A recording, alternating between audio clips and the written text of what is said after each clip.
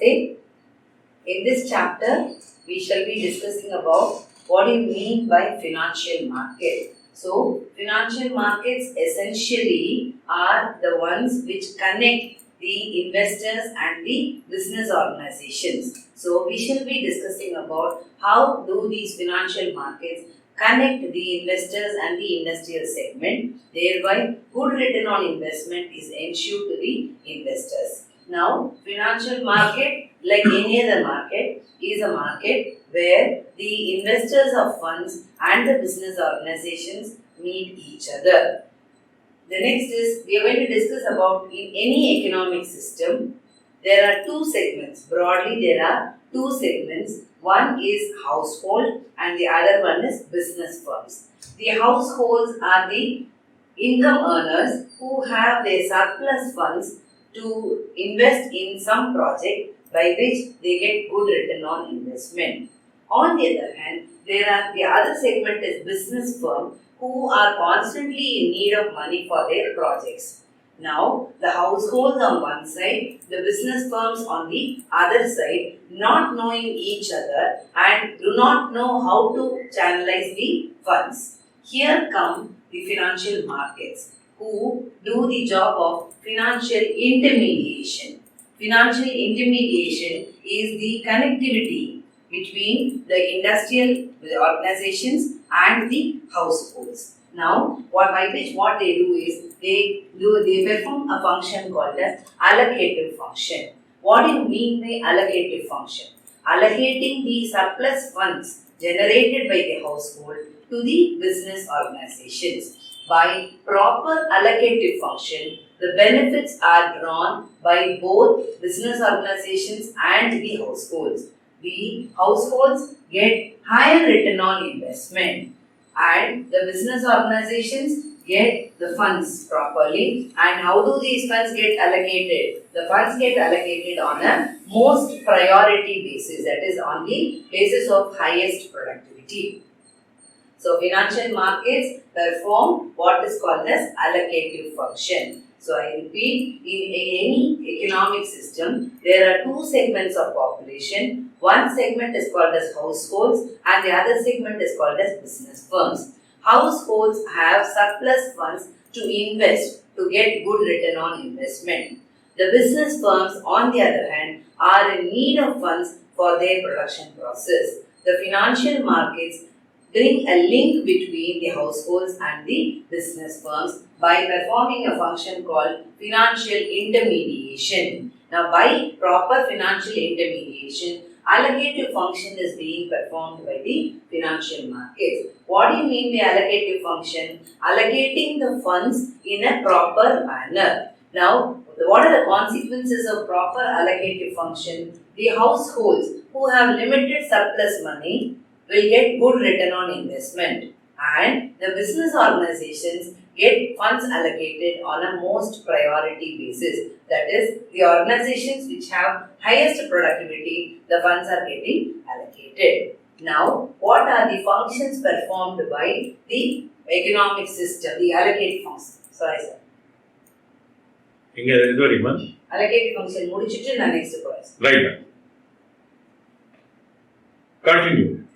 So, by proper allocative function, we mean the financial intermediaries connect the households and the business organizations, which is called as financial functions. Now, the financial functions can be performed by two intermediaries, namely banks and financial markets, what we call as alternative mechanism. Fine. Now, the alternative mechanism is performed by two intermediaries, namely the banks and the financial markets. Now, what do the banks do? They accept deposits from the public at large and reinvest them in the form of loans and advances. Now, bank investment is very safe, no doubt at all. Bank investment is very, very safe. Any common man will think of investment in banks for his funds to be very safe.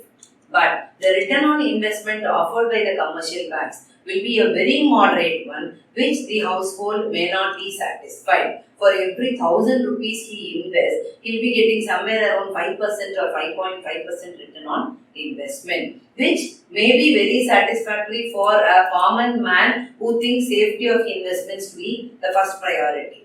But think of capital appreciation. There will be no capital appreciation for a very long period of time. So, the alternative mechanism possible is to invest money through financial markets in the form of equity shares, bonds, etc. Bonds, then investment in mutual funds, etc. By which the investor is likely to get definitely higher return on investment. So, what we call as financial intermediation. Now, what are the functions performed by financial markets? Why financial markets? Right? So, financial markets help in mobilizing the savings from the household and channelize them into most productive areas, by which good return on investment is ensured to the investors and the funds are getting allotted on a most priority basis.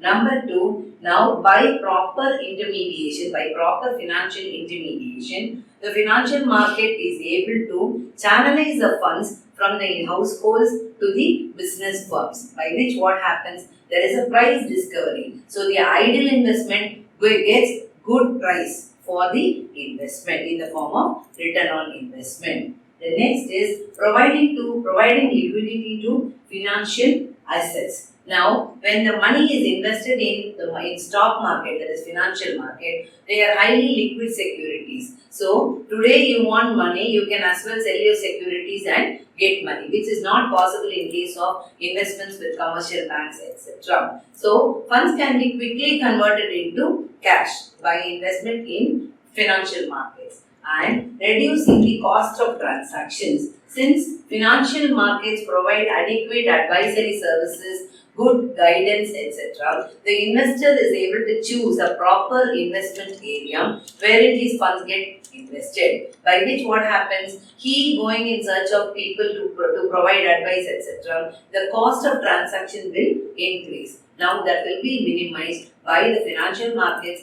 helping the investors. So these are the functions of financial markets. So to recap, now what do you mean by financial mechanism? Financial mechanism is by which the funds are getting allocated, invested. So the investors have two options, the alternative mechanism to invest money. One is through banks, that is commercial banks in the form of fixed deposits, wherein they will get fixed return on investment, which will be a very normal one, very normal one. We cannot expect very high return on investment from the deposits made with commercial banks. So, if an investor expects a higher return on investment, then it's better that he goes in for investment in financial markets. Financial markets perform the function of financial intermediation, by which they are able to channelize the funds of the investors to the most productive sector. So, why financial markets are preferred? For the functions performed by the financial markets. What are the functions they perform? Number 1, they mobilize savings from the investment sector and channelize them into most productive sector, by which higher return on investment is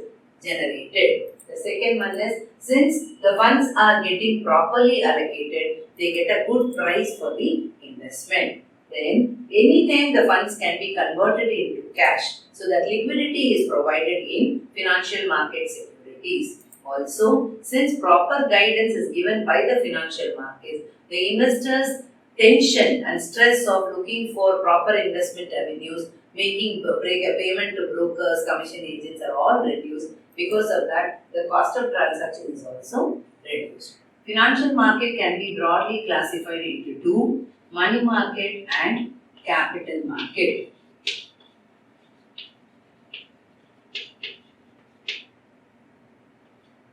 And capital market can further be classified into primary market and secondary market.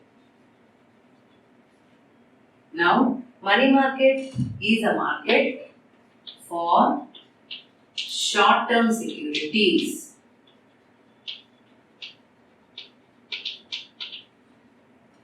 time span is normally from 15 days to 365 days. They are highly liquid, less risky, higher denominations.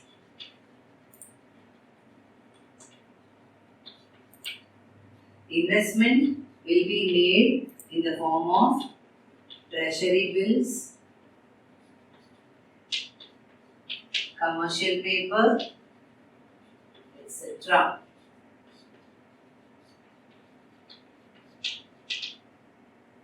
The participants of money market are generally government, banks, and financial institutions.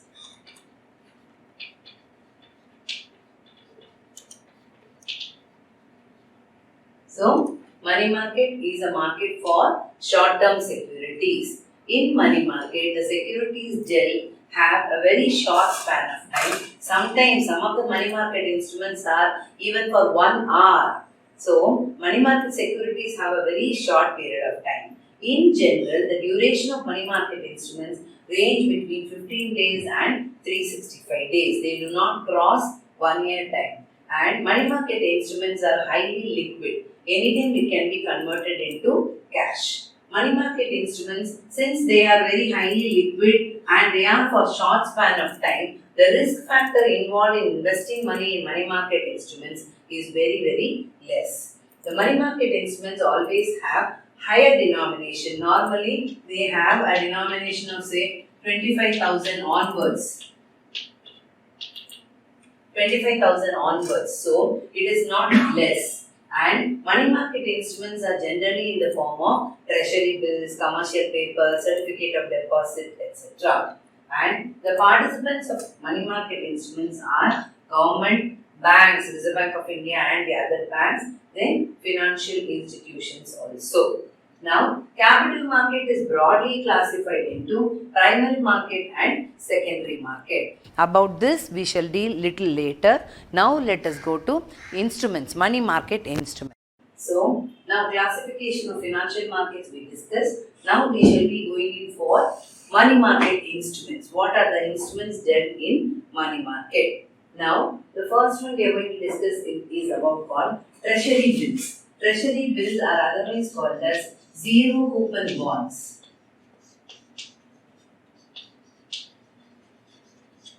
Treasury bills are a money market instrument which are issued by Reserve Bank of India on behalf of Government of India. They are also otherwise called as a zero coupon bonds. Now, they have a maturity period ranging between 15 days and 365 days. Now, they are very highly liquid instruments. The unique feature of these treasury bills is they do not have a prefixed rate of interest. No prefixed rate of interest, and they are issued at an initial discount. Sometimes the discounts are too high also.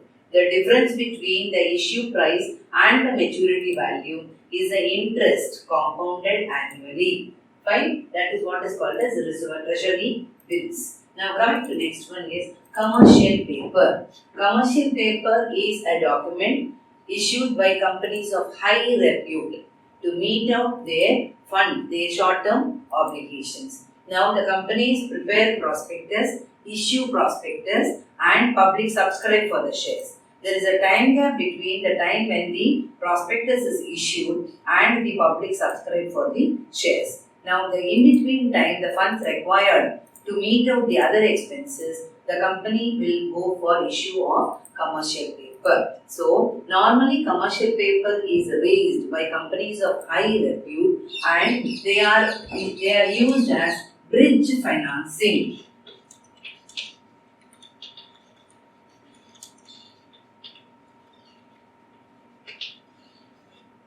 They are used as bridge financing. Why bridge financing? They fill up the gap between the time when the prospectus is issued and the public subscribe for the shares of the company. They are also raised for meeting out working capital purposes for day-to-day expenses also. They are negotiable instrument. They can be transferred. Fine. The next one is a call money.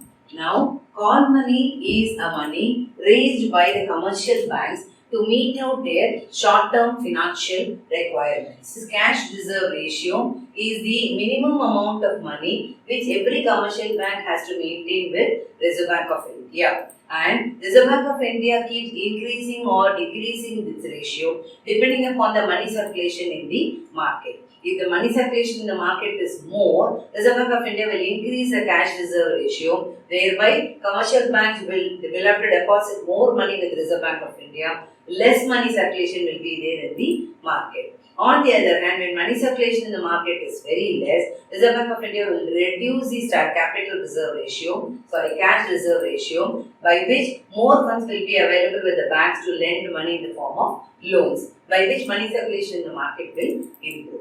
Now, the ratio will keep changing from time to time. So, when the banks have to maintain their cash reserve ratio, if they are running short of funds, they will borrow funds from the nearby commercial banks to meet up this cash reserve ratio, for which a certain amount has to be paid as interest, what we call as call rate. This call rate is always very highly volatile. It will change. As the demand increases, call rate also will increase. So, it is very, very volatile. So, when call rate is increasing, automatically the alternative sources become very cheaper. So, call rate and the alternative resources are always inversely related. So, I repeat what you mean by call money. Call money is the short-term fund requirement managed by commercial banks. When the Reserve Bank of India increases the cash reserve ratio, the banks will have to maintain more amount of funds with the Reserve Bank of India. So, to meet out that fund deficiency, they borrow from the neighborhood banks, etc., for which they have to pay interest, what is called as call rate. Now, the call rate is highly volatile because depending upon the demand for the money, the call rate will vary. So, because of that, what happens? The bank would prefer to go for alternative sources like certificate of deposit, etc. Fine. So, this is called as call money. Now, going to the next one is certificate of deposit. Certificate of deposit is a negotiable instrument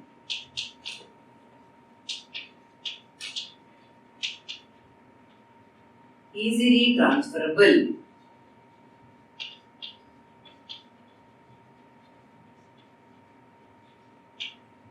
Issued to individuals and institutions also. They are issued by banks to mobilize funds for short-term purposes. They are negotiable instruments which are traded in money market also, in stock market also. They are easily transferable and they are issued to individuals and institutions also. The last one is a commercial bill. This commercial bill arises out of commercial transactions.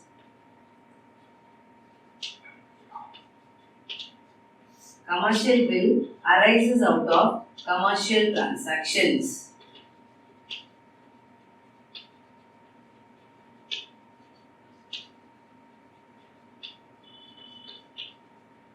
When goods are bought and sold on credit, the seller prepares a bill and signs it to the buyer. The buyer signs and returns the bill to the seller. Now, the seller will retain the bill until the date of maturity or get it discounted with his banker, get the money to meet out his business activities. On the date of maturity, when the buyer makes the payment, the commercial bill gets cancelled automatically. By this, what happens is the seller is able to concentrate on his production activities in an uninterrupted manner. The bank will take responsibility of collecting the money from the buyer. Now, the bank can go for rediscounting of the bill with his main banker also, by which what happens, short-term funds are better mobilized. So these are the money market instruments. So we discussed about what do you mean by treasury bill. It is a bill issued by Reserve Bank of India on behalf of Government of India. Number 2 is commercial paper. It is a highly liquid negotiable instrument issued by companies of high repute. They are issued for meeting out working capital purposes and also to meet out the expenses in the time between the time when the prospectus is issued and the public subscribe for the shares, what we call as bridge financing. Then call money is the money raised by commercial banks to meet out their short-term fund commitments. When Reserve Bank of India increases the cash reserve ratio, commercial banks will be forced to maintain more amount of cash with Reserve Bank of India. During that time, they may not have sufficient funds for circulation to meet out their customers' demand, etc. So, to meet out that, the commercial banks borrow from their neighboring commercial banks for a particular interest rate called call rate. And this call rate will vary from time to time. Once Reserve Bank of India reduces the cash reserve ratio, more funds will be available with the commercial banks. The next is certificate of deposit. Certificate of deposit is a highly liquid negotiable instrument. It is issued to the individuals and the institutions also. They are negotiable. They can be easily transferred from one person to another person. And the last one is commercial bill. Commercial bill arises out of commercial transactions. When goods are sold on credit, the seller prepares a bill duly signed by the buyer, retained by the seller, and the seller can get it discounted with the banker. In the sense, he can surrender the bill to his banker, get money for the particular bill value, and meet out his business expenses. And on the date of maturity, when the buyer meets the bill, the banker gets the money.